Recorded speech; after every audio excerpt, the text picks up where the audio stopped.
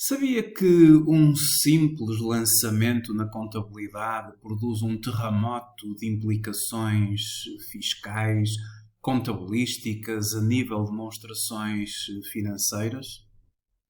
Seja muito bem-vindo à rubrica Trate a Contabilidade por Tu. O meu nome é Miguel Fragoso, eu sou economista e contabilista certificado, diretor-geral da Certform e formador em contabilidade, fiscalidade e finanças empresariais. Hoje vou fazer 2 ou 3 lançamentos contabilísticos e vou mostrar uma série de implicações de ordem fiscal, de ordem contabilística e ao nível das demonstrações financeiras, bem como em aspectos declarativos que esses mesmos lançamentos produzem. Vou começar por fazer, para aqueles que não estão ainda muito familiarizados com a contabilidade, vou começar por fazer uma revisão sobre as regras gerais de movimentação das contas. Nós, ao nível da contabilidade, temos as contas do ativo. O ativo é representativo dos bens e dos direitos da empresa. O ativo é aquilo que a empresa possui. O ativo figura no balanço. As contas do ativo, elas debitam-se pela sua extensão inicial, ou seja, pelo seu saldo inicial no início do ano, e depois vão-se debitando pelos aumentos e creditam-se pelas diminuições. Exemplos de contas do ativo, depósitos à ordem, clientes gerais, investimentos financeiros, entre muitas outras.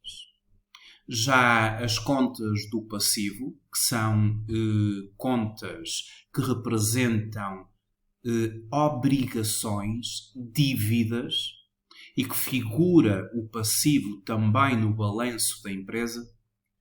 As contas do passivo, elas vão ser creditadas pela sua extensão inicial, que é o seu saldo inicial do ano, e sempre que aumentam. O passivo, ele credita-se sempre que há um aumento da dívida. E debitam-se pelas diminuições, pela diminuição da dívida, pela diminuição da obrigação da nossa empresa. São exemplos os fornecedores gerais, as remunerações a pagar ao pessoal, os financiamentos obtidos, entre muitas outras contas. Quando uma conta pertence ao capital próprio e trata-se da classe 5 do plano de contas e que também figura no balanço da empresa, as contas do capital próprio, elas seguem exatamente as mesmas regras de movimentação das contas do passivo. As contas do capital próprio, elas creditam-se pela extensão inicial, o seu saldo inicial no início de cada ano, e creditam-se pelos aumentos. E depois debitam-se sempre que existem diminuições nos itens de capital. Temos o capital social, temos as reservas, temos os resultados transitados, entre outros. E depois temos as contas que figuram na demonstração dos resultados, cujos saldos vão ser transferidos para a demonstração dos resultados. A classe 6 é a classe dos gastos. A classe 6 é uma classe que, por regra, debita-se. Toda a conta que inicia por 6 segue como regra o débito.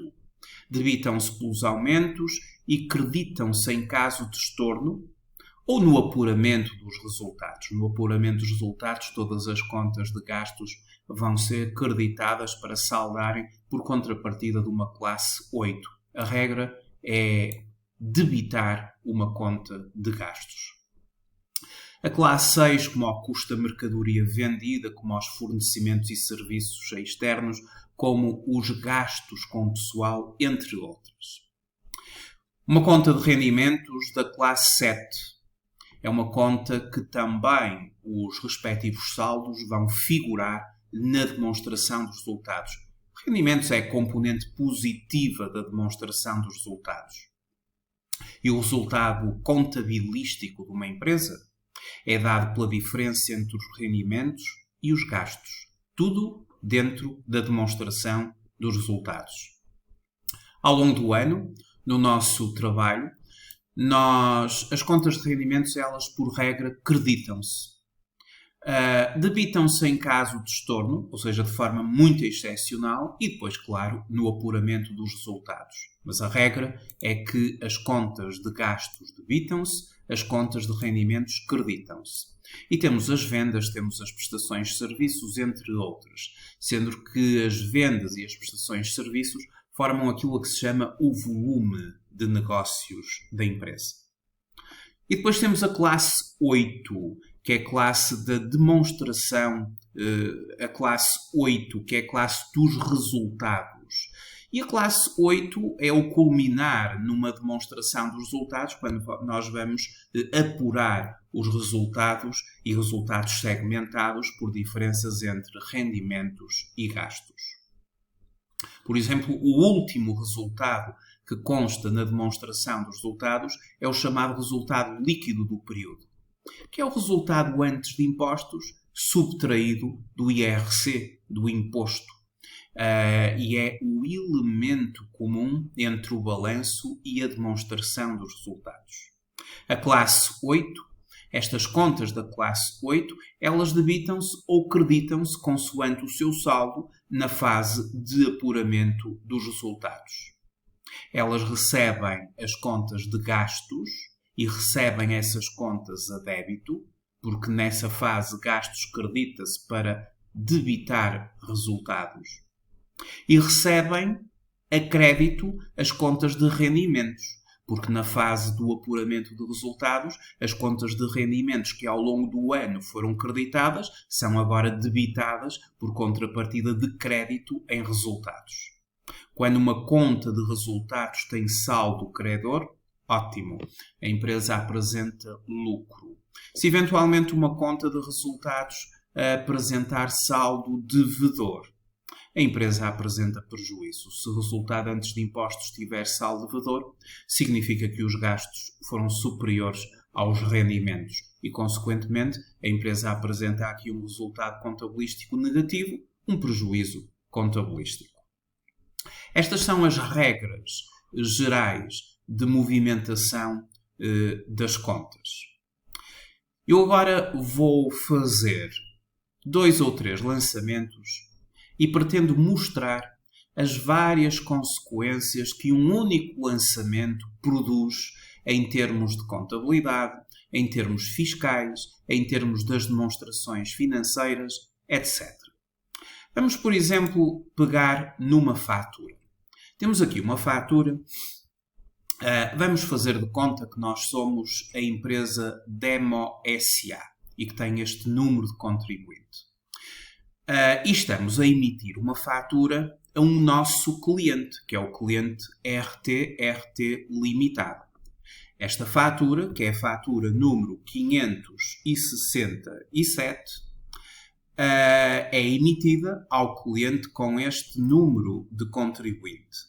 511, aqui está ele, 222, 333, o número de contribuinte do nosso cliente. E esta nossa fatura, que é emitida a 30 dias, ou seja, nós estamos a conceder ao nosso cliente 30 dias, e portanto trata-se de uma fatura com um crédito a 30 dias concedida ao cliente.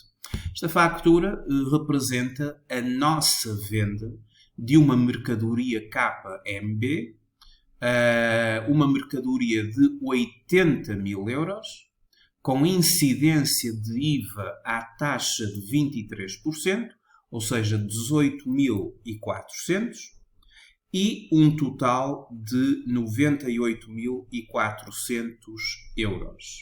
Bom, esta nossa fatura vai ser objeto de um lançamento contabilístico. E o lançamento contabilístico desta nossa fatura terá que ser o seguinte. A nossa fatura 567 de 26 de março, ela terá o seguinte lançamento.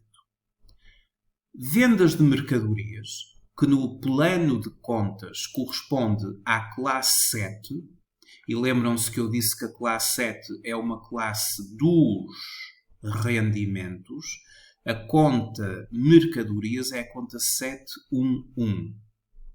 E esta conta de mercadorias, ela é creditada. Lembram-se, rendimentos creditam-se, classe 7 credita-se, pelo valor da base tributável, 80 mil euros. Quando uma empresa vende mercadoria, ela, na fatura, cobra o IVA ao cliente. E depois a empresa recebe o valor da base mais o IVA. O IVA que é cobrado ao cliente é um IVA a favor do Estado. Ou seja, nós vamos ter que entregar este IVA ao Estado através da declaração periódica do IVA.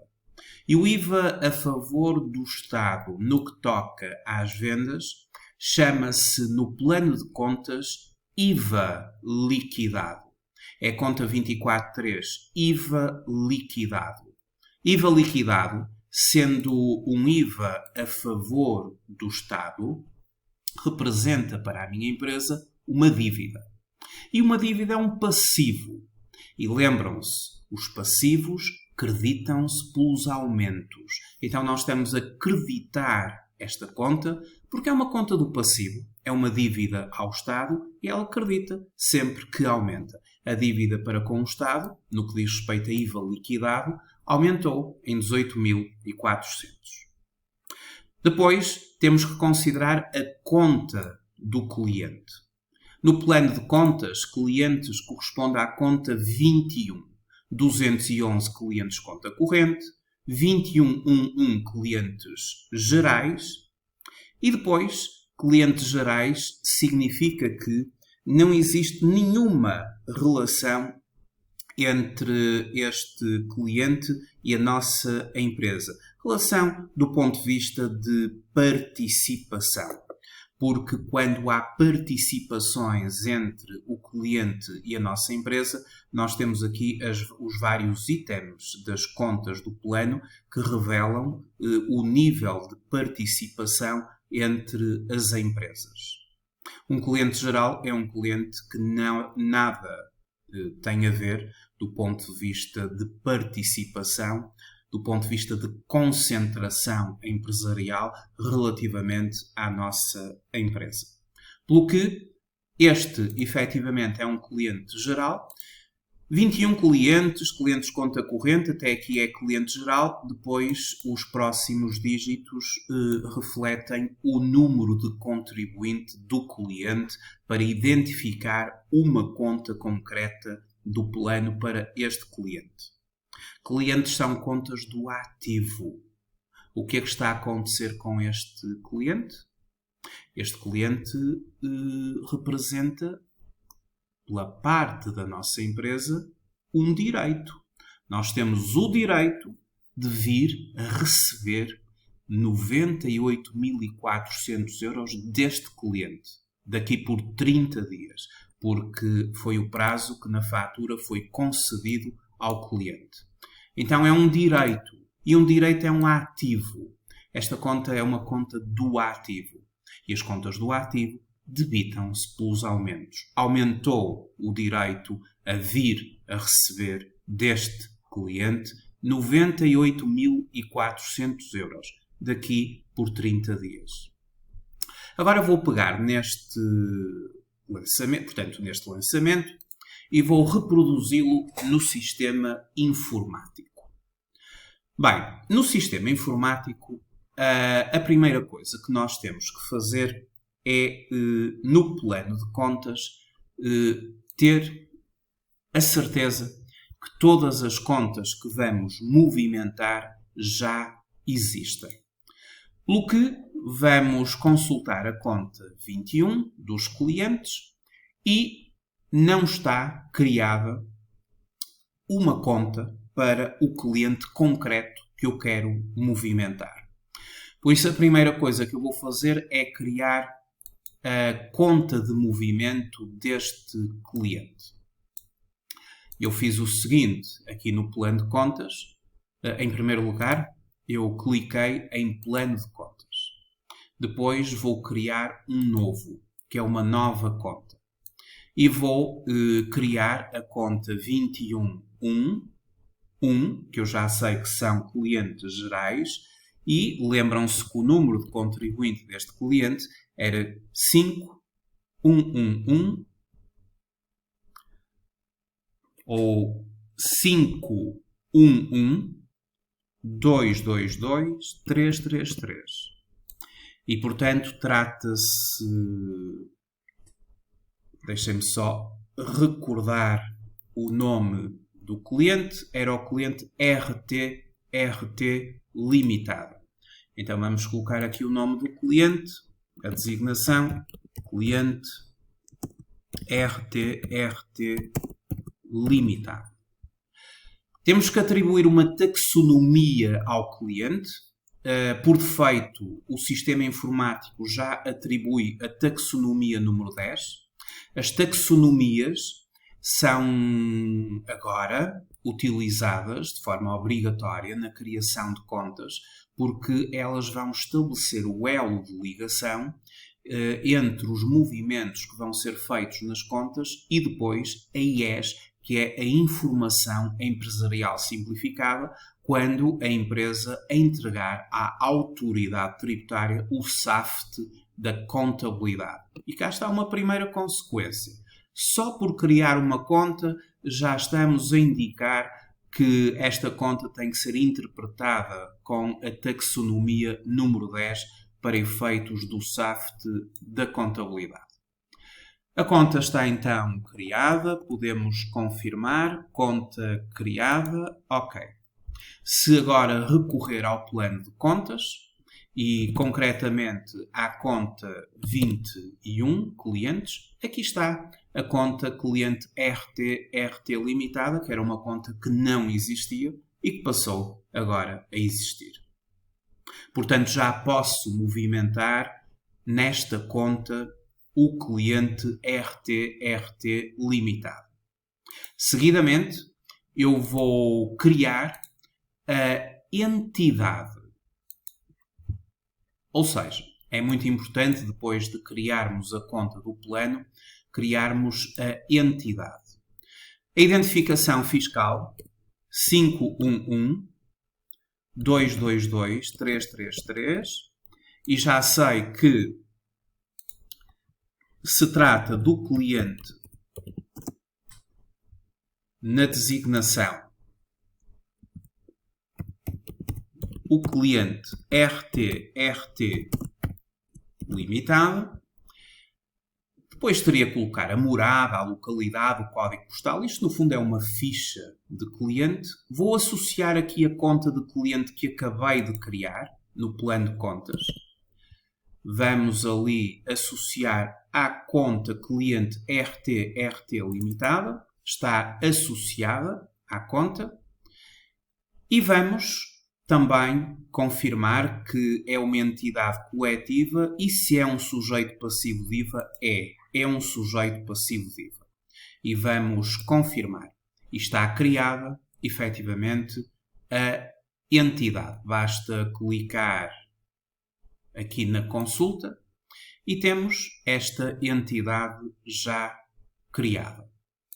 E agora estamos em condições de fazer o lançamento contabilístico desta venda. Vamos então clicar em Novo Lançamento. Vai abrir agora um quadro onde os lançamentos são introduzidos no sistema informático. Este é um quadro de outputs. Ou seja, é um quadro, peço desculpa, de inputs. É um quadro onde a informação é introduzida no sistema informático. É um quadro de inputs. Depois dará lugar a um conjunto de outputs, como por exemplo os respectivos balancetes. Ora, eu só vou recordar aqui os elementos 26 de março. Vamos então colocar que a data de lançamento é de março, 31/3. Fazer de conta que era de 2017, que eu estou aqui a trabalhar o sistema em 2017. E a data do documento é de 26 de março. A data do documento propriamente dito. 26 de março. O lançamento posso considerá-lo no último dia do mês, não há problema. A data do documento, 26 de março. Trata-se de uma venda a 30 dias. A prazo de 30 dias. O diário onde o movimento vai ser lançado é o diário das vendas. O diário número 2 no sistema informático. O diário de vendas é onde nós lançamos as vendas a prazo. Já, por exemplo, as compras teriam que ser lançadas no diário número 1 das compras. Então eu vou lançar no diário de vendas. O sistema atribui o número interno a este documento. É o primeiro documento do diário de vendas de março, do mês 3. E agora vou passar para a fase das linhas do lançamento. Ou seja, o sistema já se posicionou na primeira linha. Cada linha receberá uma conta. E aqui tenho eu a linha número 1, a data do documento, o tipo do documento, vamos ver se está certo. É uma fatura de vendas, está correto, tipo 1. O número do documento. E o número do documento é o número externo do documento. O documento era o documento 567. Era a fatura 567. 567. Então, colocamos o número da fatura, 567.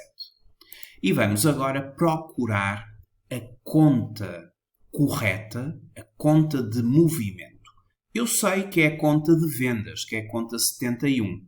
Mas o plano de contas que o sistema informático me oferece, ele é mais desenvolvido do que o plano de contas que nós temos do ponto de vista legal. E é perfeitamente normal que um plano de contas profissional tenha contas de movimento bastante mais desenvolvidas e aqui tem que se determinar qual a taxa de IVA que estamos a utilizar. E estamos a utilizar a taxa de IVA normal.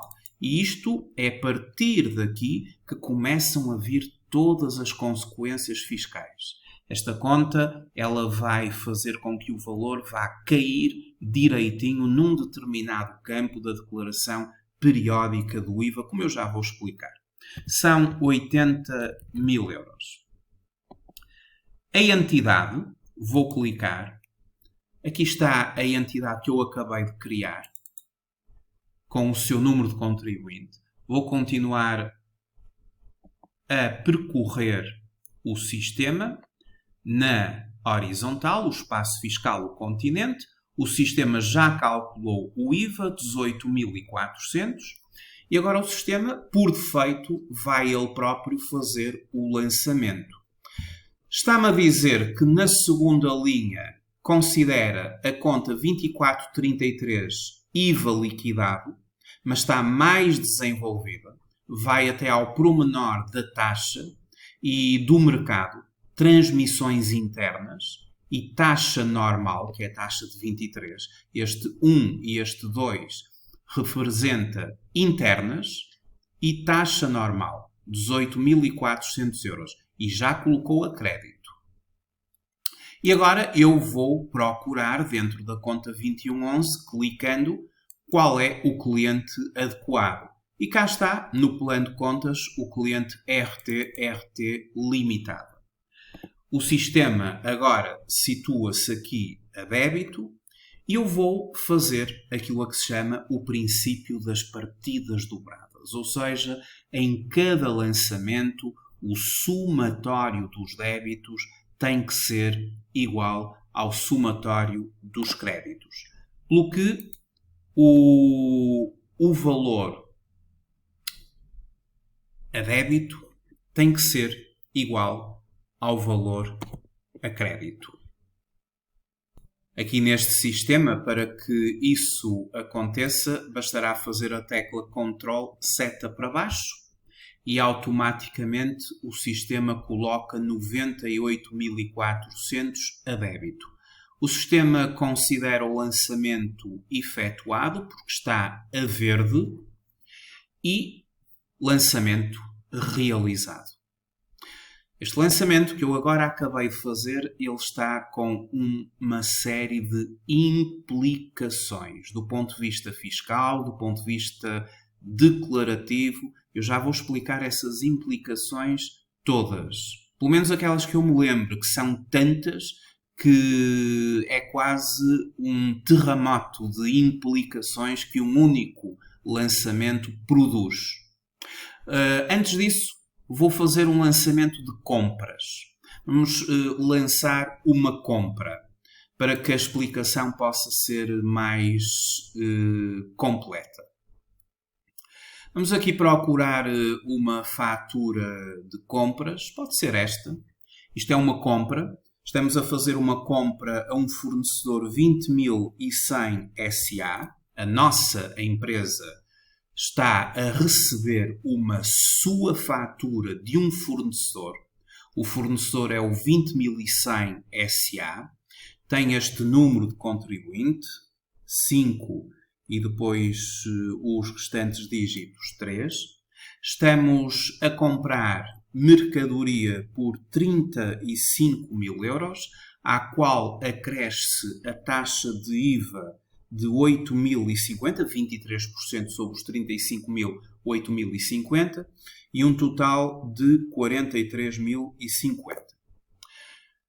Ora, vamos então explicar este lançamento e depois vamos reproduzi-lo no sistema informático. Ora bem, então, é a fatura 5671 de 23/3, em que nós estamos a fazer uma compra de mercadorias. As compras são lançadas na conta 311, 31.1. Aqui no plano de contas, a conta 31.1 são compras de mercadorias. E, de facto, a conta 31 compras de mercadorias é uma conta do ativo. Os ativos debitam-se quando aumenta o seu valor. Depois, nós temos nesta fatura o direito a deduzir o IVA. Se nas vendas temos IVA liquidado, nas compras temos IVA dedutível. O direito à dedução do IVA. Até porque estamos a fazer uma compra de mercadorias. E o artigo 21 do Código do IVA, que é o artigo que limita, que restringe o direito à dedução de um conjunto de bens e de serviços, não faz referência a mercadorias. Pelo que estamos autorizados a deduzir o IVA da compra das mercadorias. E para deduzirmos utilizamos a conta 2432, que é a conta do IVA dedutível. IVA liquidado é para vendas, IVA dedutível é para compras, e, portanto, utilizamos a conta 2432, IVA dedutível. E não esquecer que IVA dedutível é um direito que a nossa empresa tem. E os direitos são ativo.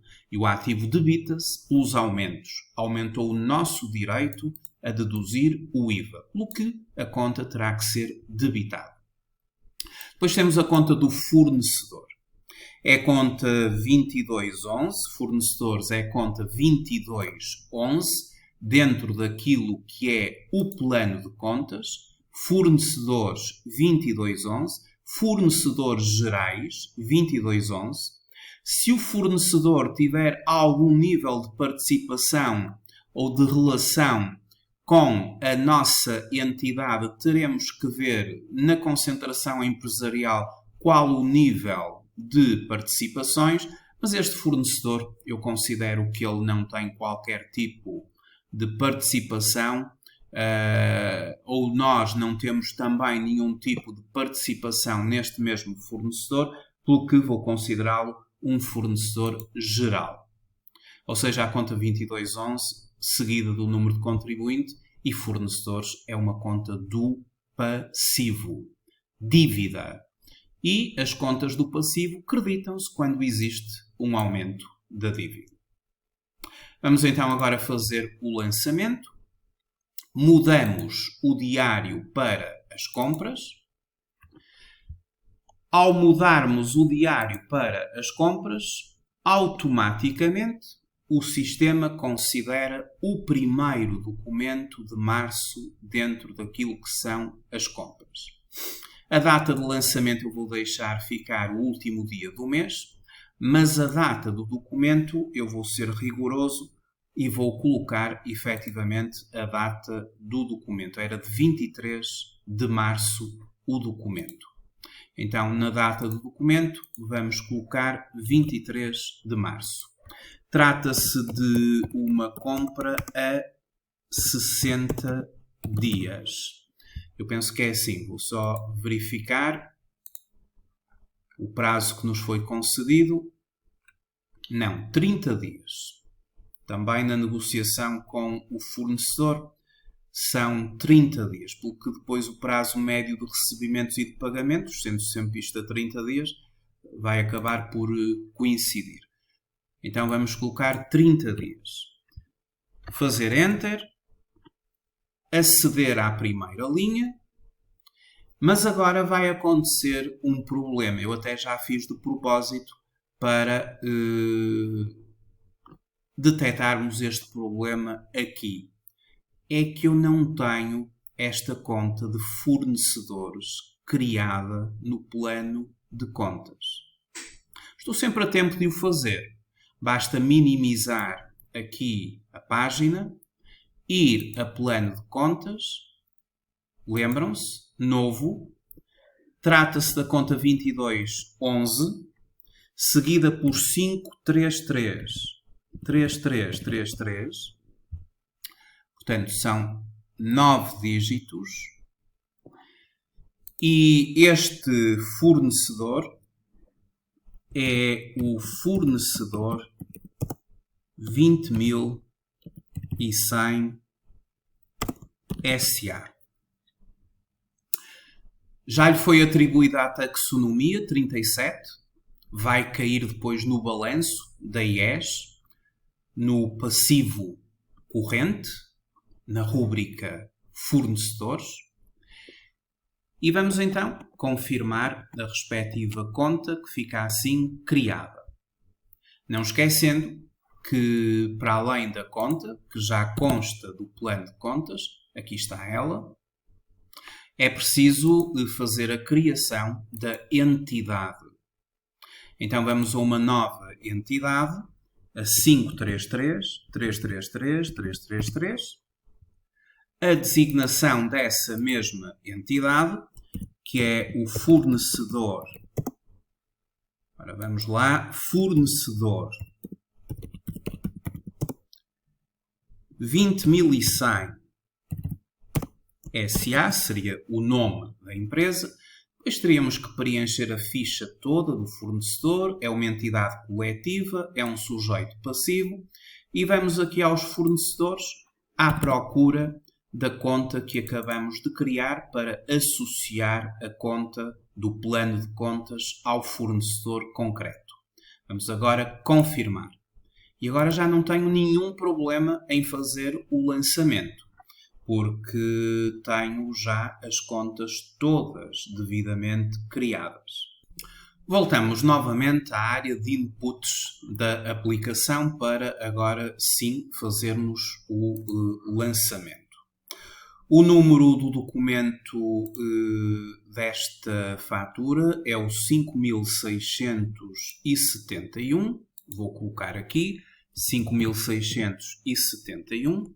O sistema informático já considera a conta 31111 a conta de compras, considera mercadorias com IVA dedutível. Eu vou colocar o valor a débito. Esta compra era de 35.000 euros. Conta do ativo representa um bem, debita-se pelos aumentos. Aqui está ela a débito. Vou também considerar a entidade, que eu entretanto criei, não é? E tenho agora o fornecedor 20.100. E cá está. O fornecedor, IVA normal, espaço fiscal continente, valor do IVA 8.050, que é um IVA dedutível, e o sistema informático vai-me reproduzir os lançamentos seguintes. A segunda linha, em que está a utilizar a conta 2432, que é IVA dedutível, mas o plano de contas deste sistema informático tem mais dígitos, considerando 1 para o mercado interno e 2 a taxa normal. Isto vai fazer posicionar o valor num determinado campo da declaração periódica do IVA, como eu já referi. E agora tenho eu que completar aqui o fornecedor. Sei que é a conta 2211, mas vou clicar para selecionar aquele fornecedor que eu acabei de criar, o 2211 e o respectivo número de contribuinte. Está então identificado o fornecedor. Não esquecer que o fornecedor é para crédito. Porquê? Porque o fornecedor é um passivo, dívida, e as contas do passivo creditam-se pelos aumentos. Quando a dívida aumenta, o passivo tem que ser creditado. E então, partidas dobradas, o somatório dos débitos igual ao somatório dos créditos. Total a débito 43.050, total a crédito 43.050. Acabei então de fazer 2 lançamentos no sistema informático e agora estes 2 lançamentos, estes 2 simples lançamentos, eu estou a fazer os lançamentos, mas estou a fazer da forma mais simples, porque em inventário permanente teria que completar os lançamentos com a entrada e com a saída da mercadoria e com o custo da mercadoria, mas mantendo assim os lançamentos, se fosse, por exemplo, sistema de inventário intermitente, para já os lançamentos eram apenas estes. A partir de agora eu vou explicar de forma sucinta todas as consequências, ou aquelas que me lembrar, que estes 2 simples lançamentos vão produzir do ponto de vista fiscal e do ponto de vista das demonstrações financeiras. Começando com a questão fiscal. Estes 2 lançamentos são feitos em março, não é? O mês 3.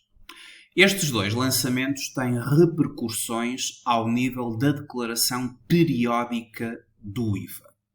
E o programa está preparado para isso. Ou seja, estes 2 lançamentos, o sistema informático já posicionou os valores na declaração periódica do IVA. Ou seja, a nossa empresa ela vai ter que enviar uma declaração periódica do IVA através do portal das finanças. Nós estamos a falar de março. Se a empresa em questão for uma empresa de regime mensal, eu vou considerar que sim, que é uma empresa de regime mensal. As empresas de regime mensal do IVA são aquelas que no ano anterior ultrapassam 650.000 euros em volume de negócios. As que não alcançam 650.000 euros em volume de negócios enquadram-se em regime trimestral. Eu vou considerar que esta empresa no ano anterior tinha ultrapassado os 650.000 euros de volume de negócios e que preenche a declaração de IVA mensalmente. A declaração de IVA do mês de março vai ter que ser entregue até ao dia 10 do segundo mês seguinte, maio. Até ao dia 10 de maio terá esta declaração que ser entregue. E estes dois simples lançamentos que nós acabamos de fazer, eles têm as seguintes repercussões. Por exemplo, começando pela questão da venda. Esta simples venda que nós acabamos de introduzir no sistema informático vai produzir as seguintes consequências na declaração de IVA. A base de 80 mil euros e o IVA a favor do Estado. Ou seja, o sistema informático automaticamente terá que colocar 80 mil euros no campo 3 da declaração do IVA, base tributável. As vendas no mercado nacional à taxa normal são colocadas, declaradas no campo 3, e o respectivo IVA, que era de 18.400 euros, é imputado ao campo 4. O campo 4 é um campo de IVA a favor do Estado, que na contabilidade se designa, como já vimos, IVA liquidado. Esta venda produz esta consequência. E a compra? Que consequência é que produz? Se por um lado a venda produz a consequência de IVA a favor do Estado, a compra produz a consequência de podermos deduzir o IVA. A compra produz como consequência IVA dedutível. E na compra que nós acabamos de lançar, o IVA dedutível, o IVA a favor da nossa empresa, que é um ativo, era de 8.050 euros, conforme o próprio sistema informático tinha registado. 8.050 euros. Pelo que estes 8.050 euros conferem direito à nossa empresa a deduzir o IVA. E a IVA dedutível será colocado no campo 22 da declaração do IVA. Porque o campo 22 é um campo de IVA a favor do sujeito passivo. Nomeadamente o IVA dedutível à taxa normal. E para já, se tudo se ficasse por aqui, esta empresa tinha a favor do Estado 18.400 euros e tinha a seu próprio favor, a favor da entidade, 8.050. Se tudo se ficasse por aqui, se não houvesse mais lançamentos, esta empresa teria como resultado desta declaração IVA a entregar ao Estado. Porque o IVA resulta da diferença entre o imposto a favor do Estado e o imposto a favor do sujeito passivo. O imposto a favor do Estado é superior ao imposto a favor do sujeito passivo. Apenas com estes dois lançamentos, temos 10.350 de IVA a entregar ao Estado. Já agora, quando existe IVA a entregar ao Estado, se é verdade que esta declaração é entregue até ao dia 10 do segundo mês seguinte, para empresas em regime mensal, já o IVA a entregar ao Estado goza de mais 5 dias. Portanto, a entrega, o pagamento do IVA ao Estado seria até ao dia 15 do segundo mês seguinte. Já agora, as empresas em regime trimestral entregam a declaração periódica do IVA até ao dia 15 do segundo mês seguinte ao trimestre e o pagamento do IVA até ao dia 20 do segundo mês seguinte ao trimestre. Bem, começamos com a primeira implicação, a implicação em termos de IVA. Está bem? Ou seja, estes dois lançamentos têm esta implicação ao nível da declaração periódica de IVA. Vamos continuar com implicações ao nível do IVA. Eu agora vou recorrer aqui ao portal das finanças e vou-vos explicar mais uma consequência a nível de IVA. Se eventualmente esta empresa estiver sujeita a ter que entregar através da IES o anexo L, o anexo O e o anexo P, os mesmos vão ser afetados por estes dois lançamentos. Isto aqui no Portal das Finanças tem a ver com as declarações, os anexos que fazem parte da IES, que é a informação empresarial simplificada. As empresas entregam a IES e em sede de IVA existe o anexo L, que é como se fosse uma declaração anual de IVA. E esta declaração anual de IVA, ela apresenta aqui as operações internas ativas, que são as vendas, e nós fizemos agora uma venda, bem como as operações internas passivas, que são as compras, e nós fizemos uma compra. Mas esta declaração é uma declaração anual. Ela envolve os movimentos do ano todo. Para além disso, temos o desenvolvimento do IVA dedutível por taxas. E nós acabamos de deduzir IVA de existências à taxa normal. E, portanto, aquele IVA de existências à taxa normal de 8.050 iria cair aqui no L46. Não esquecendo também as próprias vendas de existências à taxa normal e as próprias operações passivas de compras de mercadorias também à taxa normal teriam aqui a sua consequência.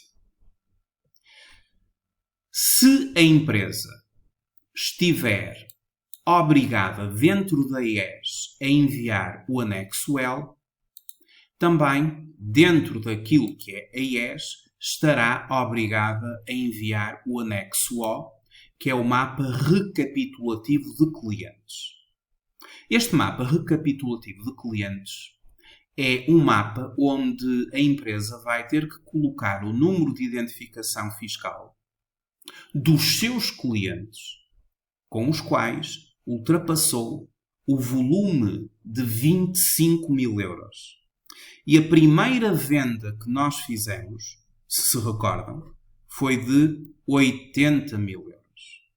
Então, de certeza que caso esta empresa, face à sua grandeza, esteja obrigada ao anexo O, dentro da IES, ela vai ter que colocar aqui o número fiscal do cliente e o valor das vendas, que foi de 80.000, mas pode ser que a empresa venha a vender mais a este cliente. E aqui são os valores globais do ano.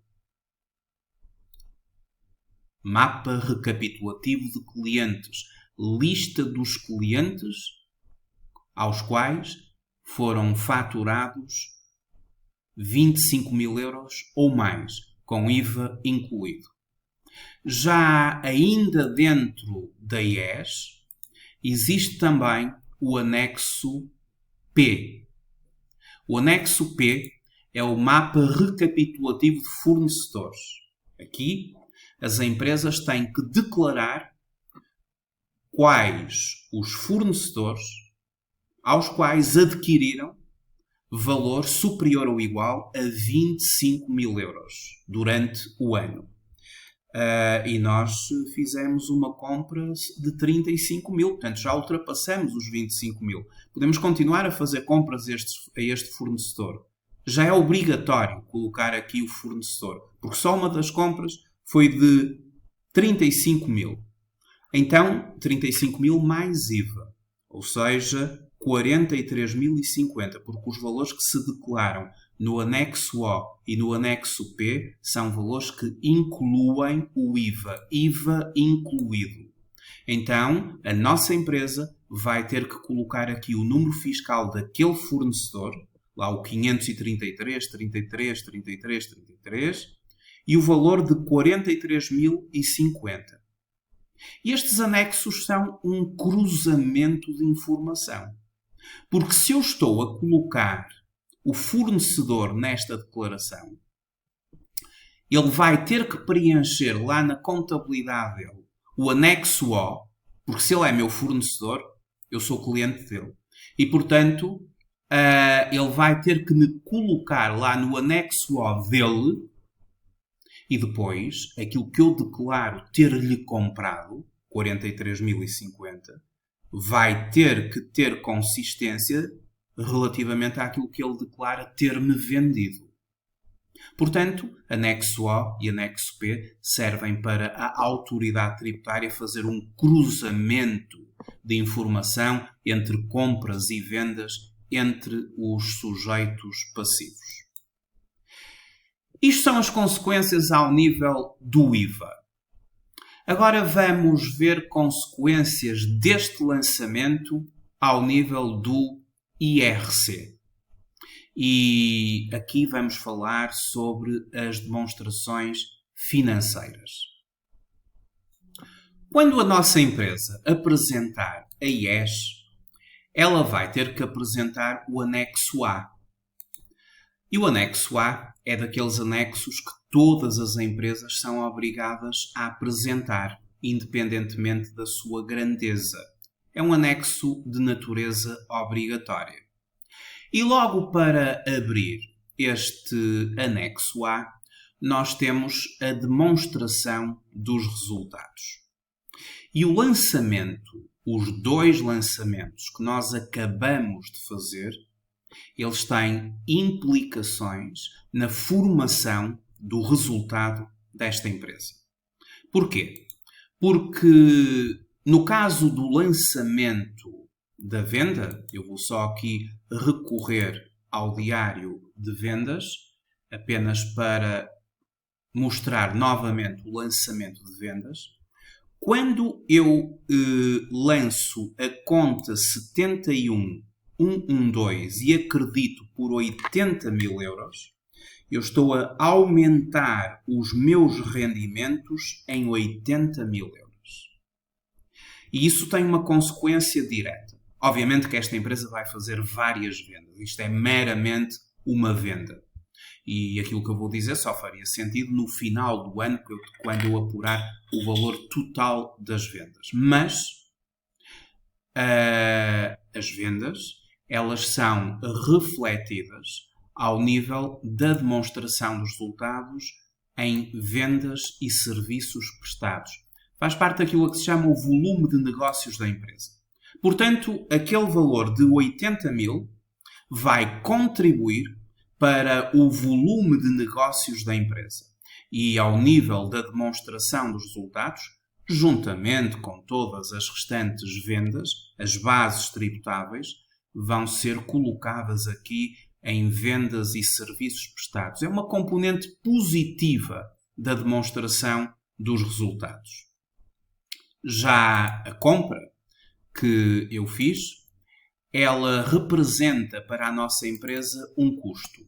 Eu não fiz aqui o lançamento do sistema de inventário permanente, mas quando nós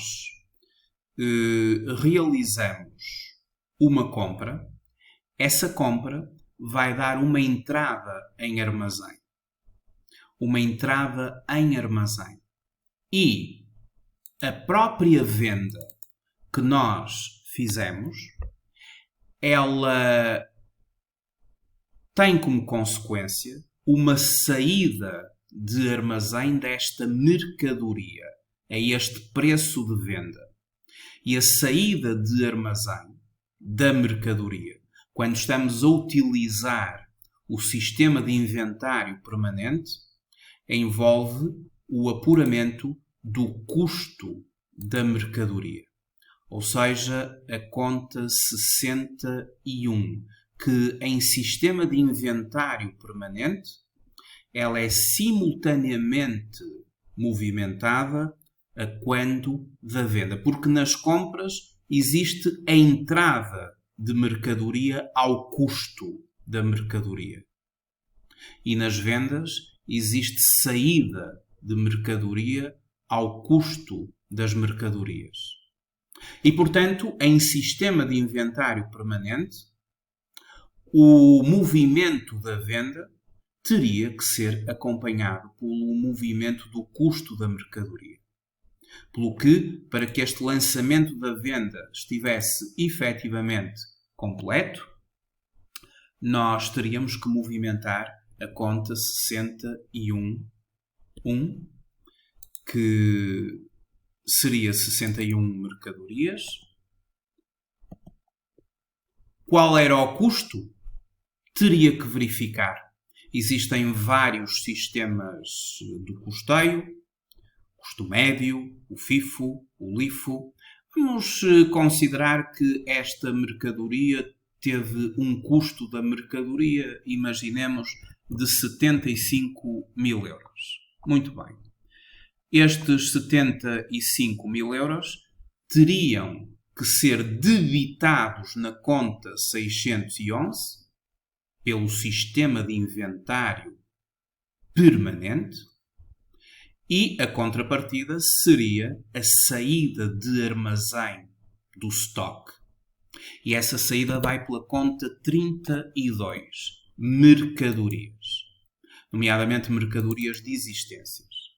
E esta conta 32 é uma saída de armazém, teria que ser creditada, é uma conta do ativo, teria que ser creditada por 75.000. Eu estou apenas a sugerir, a exemplificar, que o custo desta mercadoria, isto foi um valor que eu agora arbitrei, era de 75.000 euros. E estou a aplicar o sistema de inventário permanente.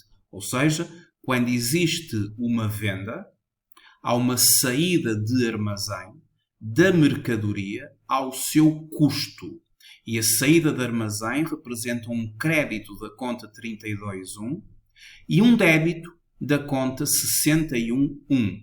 Lembrem-se que as contas de gastos debitam-se, não é? E, portanto, eu debitei aqui. Isto é sistema de inventário permanente. Claro que eu depois teria que mudar aqui o documento, porque isto é uma saída de armazém e não uma fatura, e teria que colocar aqui o número da saída de armazém. Mas isto é só para demonstrar que, do ponto de vista da demonstração dos resultados, o custo desta mercadoria vai direitinho aqui para custo das mercadorias vendidas e das matérias consumidas. 75.000. 80.000 de venda, 75.000 de custo. Margem bruta, 5.000 euros. Vendi por um preço superior ao custo. Diga-se de passagem, é aquilo que deve acontecer, não é? E, portanto, a diferença entre as vendas e o custo, temos então uma margem positiva de 5.000 euros. Portanto, consequência ao nível da demonstração dos resultados. A venda da mercadoria, o custo da mercadoria. Depois, existem consequências ao nível do balanço. Quando nós movimentamos o primeiro lançamento e que teve a ver com as vendas efetivamente movimentaram contas de balanço, nomeadamente no ativo corrente, clientes, nomeadamente nos próprios inventários,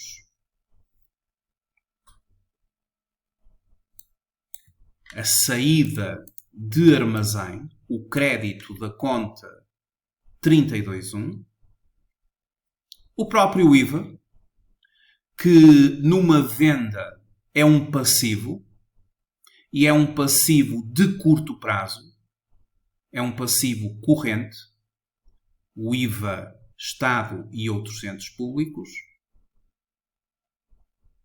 e obviamente naquilo que foi a compra, houve uma entrada em armazém, inventários, uma dívida ao fornecedor, passivo corrente fornecedores e um IVA a favor da empresa, IVA dedutível. E se é IVA a favor da empresa, tem que estar no ativo corrente, Estado e outros entes públicos. Isto são os itens que estes dois lançamentos fazem mexer ao nível do balanço. Claro que o balanço ele só é produzido a 31 de dezembro do período N. E nessa altura, com certeza que já nós pagamos ao fornecedor, já o cliente, já recebemos do cliente,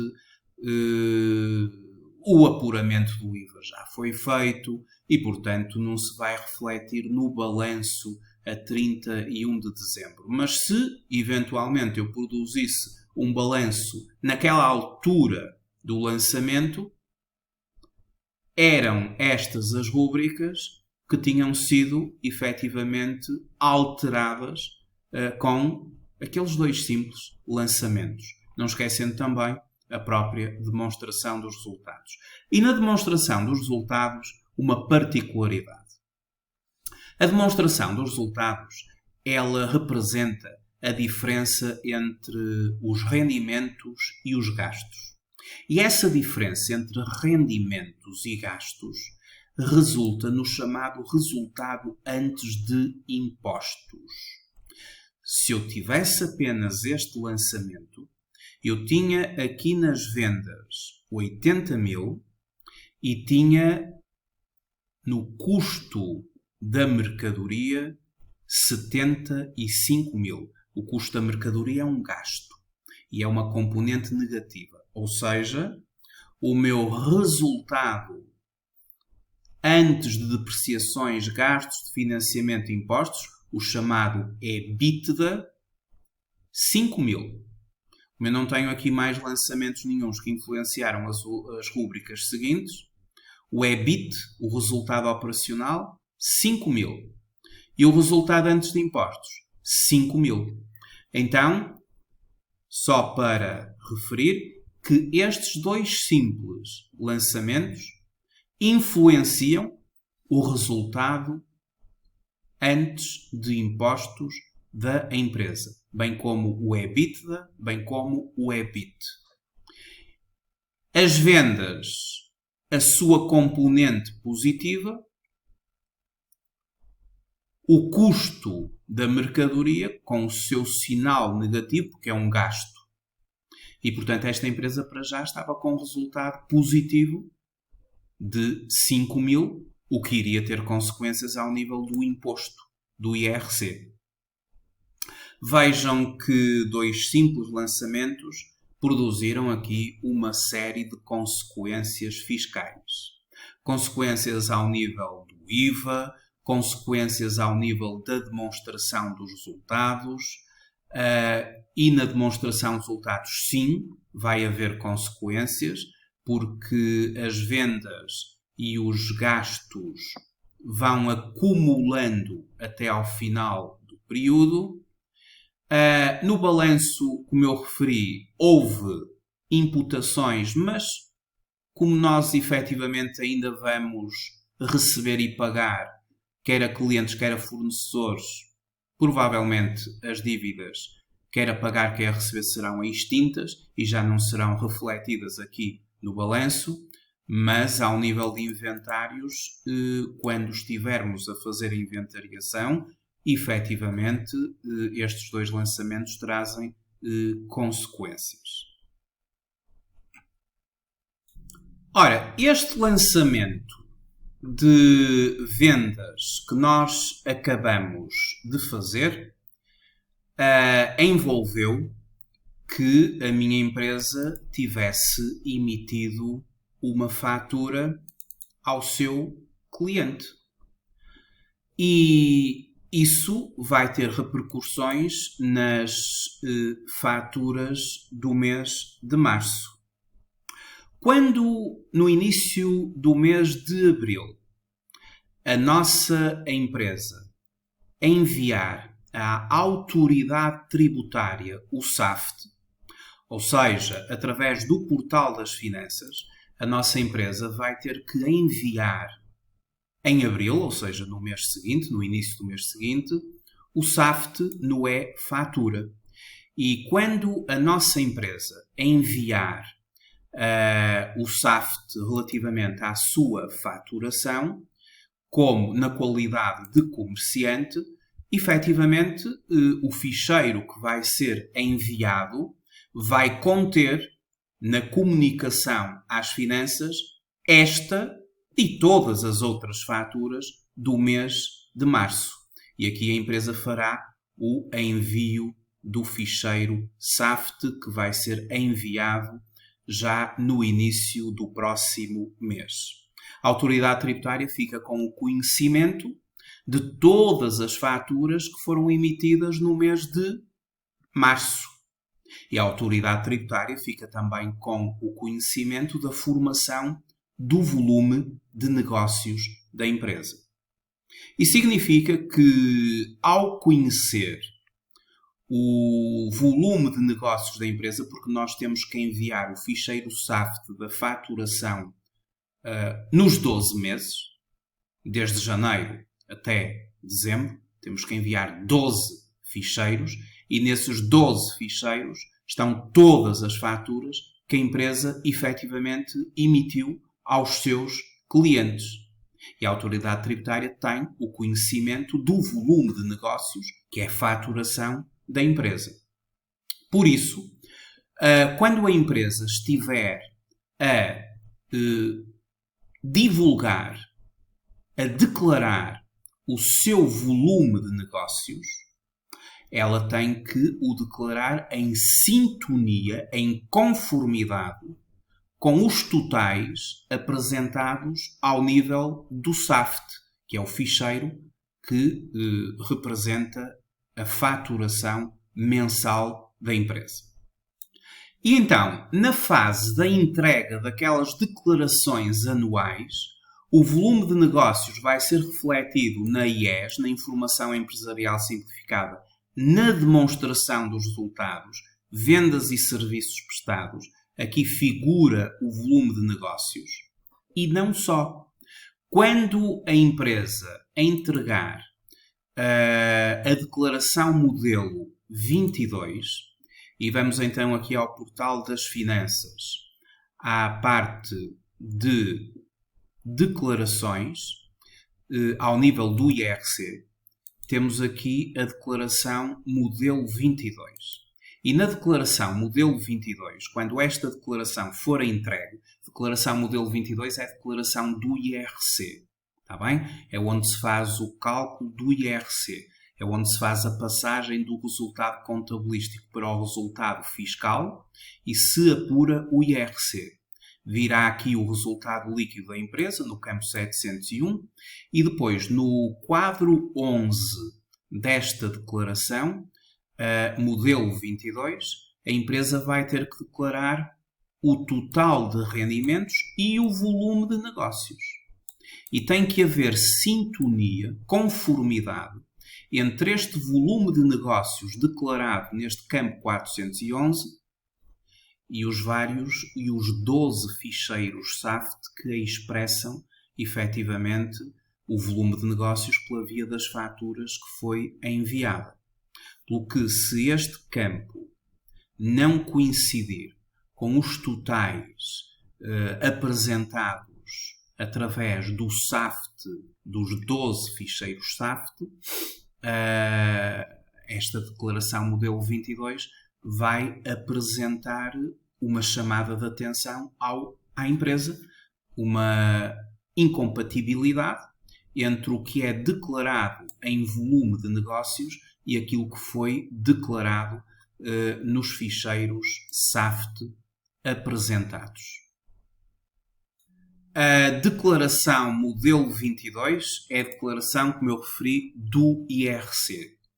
E estes dois simples lançamentos que nós fizemos tiveram já repercussões nesta declaração, porque mexeram com o resultado da empresa.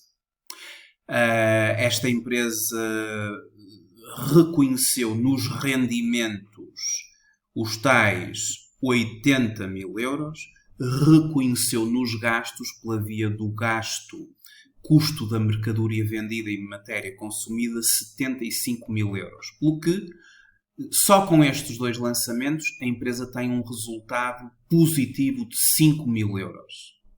E o resultado positivo de 5 mil euros vai envolver, obviamente, base para cálculo de imposto.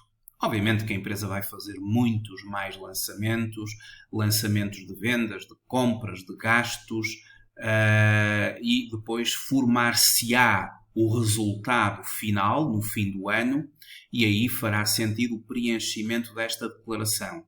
Mas por cada rendimento que uma empresa contabiliza de 1000 euros, e considerando uma taxa de 21% de IRC mais 1,5% de derrama, ou seja, 22,5% de taxa, por cada 1000 euros de rendimentos, isso implica um aumento aqui no nosso IRC do quadro 10, na fase do IRC a pagar, por cada 1000 euros de rendimento que uma empresa contabiliza, isso implica um aumento de 225 euros do imposto, considerando uma taxa de 21% mais 1,5% de derrama. Por cada 1000 euros de gastos que uma empresa contabiliza, isso representa, e caso esses gastos sejam fiscalmente aceitos, e a empresa tem todo o interesse no reconhecimento de gastos, que é a única forma de diminuir o resultado e de pagar menos imposto, por cada 1000 euros de gastos que a empresa contabiliza, isso representa uma redução do imposto em 225 euros. Tudo será feito depois na declaração modelo 22, o cálculo do IRC, e particularmente no quadro 07 da declaração modelo 22, a passagem do resultado contabilístico até àquilo que é o resultado fiscal da empresa, que pode ser prejuízo ou pode ser lucro tributável. Estas matérias que eu agora acabei de referir são matérias de extrema importância. Nós vimos que 2 simples lançamentos, eles relacionam aqui uma série de matérias. 2 simples lançamentos geraram, como eu disse, um terremoto de implicações declarativas, fiscais e nas próprias demonstrações financeiras. Estas matérias que eu agora estive a apresentar, e penso que são de enormíssimo interesse, pelo menos para quem gosta de contabilidade e de fiscalidade, ou quem tem interesse e vontade em aprender contabilidade e fiscalidade, são matérias amplamente desenvolvidas no curso prático de contabilidade e fiscalidade com informática aplicada. No curso prático de contabilidade e fiscalidade com informática aplicada, tudo aquilo que eu disse, incluindo a utilização do software para fazer a contabilidade da empresa, desde a abertura até ao fecho das contas, no curso prático de contabilidade e fiscalidade, é um curso que está orientado para uma formação prática. E neste curso vai aprender desde o processamento de salários, na prática de IRS, Segurança Social e processamento de salários.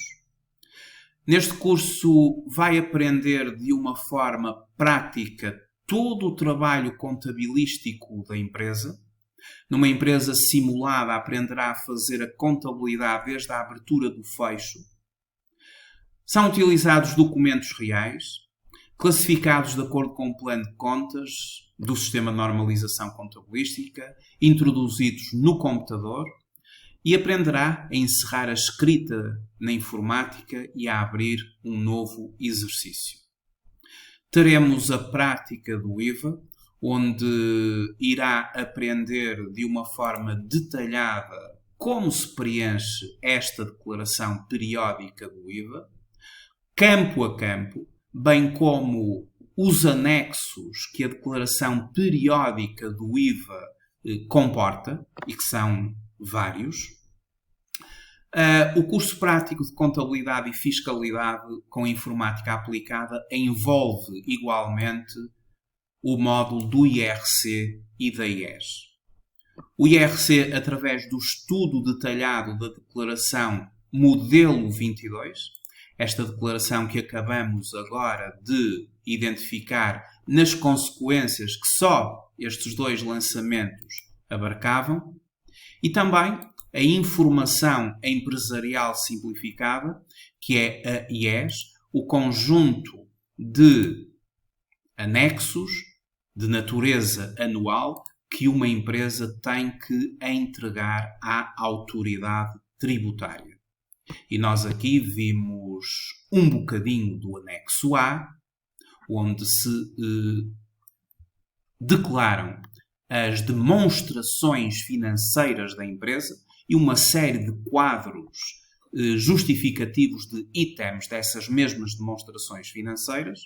E depois, em sede de IVA, para determinadas empresas, que nós identificaremos no curso quais as empresas que estão obrigadas a entregar o anexo L, aquela declaração anual do IVA, o anexo O, aquele mapa recapitulativo de clientes que há bocado vimos, e o anexo P, aquele mapa recapitulativo de fornecedores que ainda há bocado vimos, e o tal cruzamento de informação que é feito devido a estas duas declarações. Esta também é uma declaração que é estudada no curso prático de Contabilidade e Fiscalidade com Informática Aplicada. O modelo 22 e a Informação Empresarial Simplificada. E claro, tudo feito em contexto informático, fazendo o processamento de salários, fazendo a contabilidade da empresa através do sistema informático SAS for Accountants, onde todos os documentos são produzidos via ficheiro para preparação para a entrega à autoridade tributária. É que todas estas declarações são declarações que atualmente, claro, são entregues via ficheiro, é a chamada desmaterialização das obrigações fiscais declarativas. Tudo isto é entregue através de ficheiros no portal das finanças. E, portanto, são matérias trabalhadas no curso prático de Contabilidade e Fiscalidade com Informática Aplicada. Esta é uma formação de 50 horas. É uma formação que ultrapassa as 40 horas exigidas pelo Código do Trabalho, na chamada formação contínua obrigatória, pelo que, se esta formação for patrocinada pela entidade patronal, já estão cumpridas as 40 horas. Aliás, foram cumpridas 50 horas. Este curso é um curso certificado. No final da formação, terá direito a um certificado de formação que é emitido através da plataforma Sigo. No nosso site pode fazer a leitura das regras de funcionamento dos cursos e-learning. Preenchendo a ficha de inscrição, vai receber, através do seu e-mail, as credenciais para a entrada na nossa plataforma de e-learning. Ou seja, após o pagamento da formação, terá acesso às credenciais para entrar na plataforma de e-learning e assim começar a fazer o curso prático de Contabilidade e Fiscalidade com Informática Aplicada. Sendo uma formação e-learning, pode fazê-la em qualquer lugar, pode fazer de acordo com a sua disponibilidade e pode fazê-la em qualquer parte do mundo. Ou seja, desde que fale português, este curso está aberto a qualquer cidadão, seja ele proveniente de Angola, Moçambique, Brasil, Portugal, Açores, Madeira, enfim. É uma formação online, pode ser feita em qualquer parte ou a partir de qualquer parte do mundo. Este curso já teve 265 edições. Também para os contabilistas certificados, sendo esta formação certificada, sendo a Certform uma entidade certificada pela DGRT e emitindo a Certform um certificado de formação através da plataforma SIGO, este curso permite atribuir 50 créditos aos contabilistas certificados. No final do curso, terá que enviar à Ordem dos Contabilistas Certificados o certificado de formação SIGO através da pasta de contabilista certificado. O curso é feito na modalidade e-learning e na modalidade e-learning. Os nossos cursos são feitos com uma pedagogia que envolve não só recursos didáticos e pedagógicos que são proporcionados aos nossos formandos, mas, acima de tudo, uma fortíssima componente de videoaulas que nós apresentamos na nossa plataforma. Aliás, se consultar o site da Certform e se no site da Certform for à área do YouTube, vai ter a oportunidade de ver uma série de videoaulas que estão produzidas no nosso canal do YouTube, pequenos excertos de videoaulas dos nossos cursos de formação. Temos aqui no canal do YouTube também a rúbrica Trate a Contabilidade por Tu e Trate as Finanças por Tu, onde todas as semanas colocamos vídeos para informar todas as pessoas que se interessam por estes temas.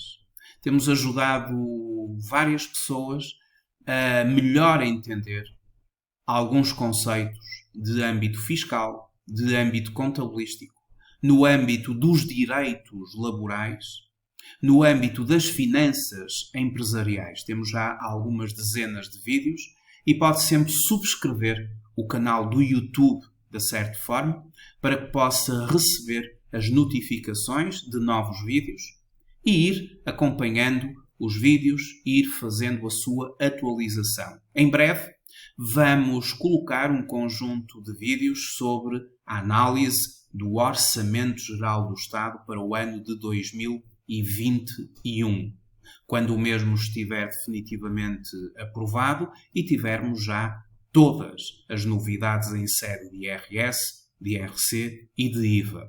Mas todas as semanas colocamos novos vídeos aqui no canal do YouTube. Fico então muito agradecido pelo facto de ter visualizado este vídeo. Aproveite a nossa formação, invista na sua formação, porque investir em formação profissional gera os maiores juros. Resta-me agradecer muito o facto de ter visualizado este vídeo e até uma próxima oportunidade. Muito obrigado.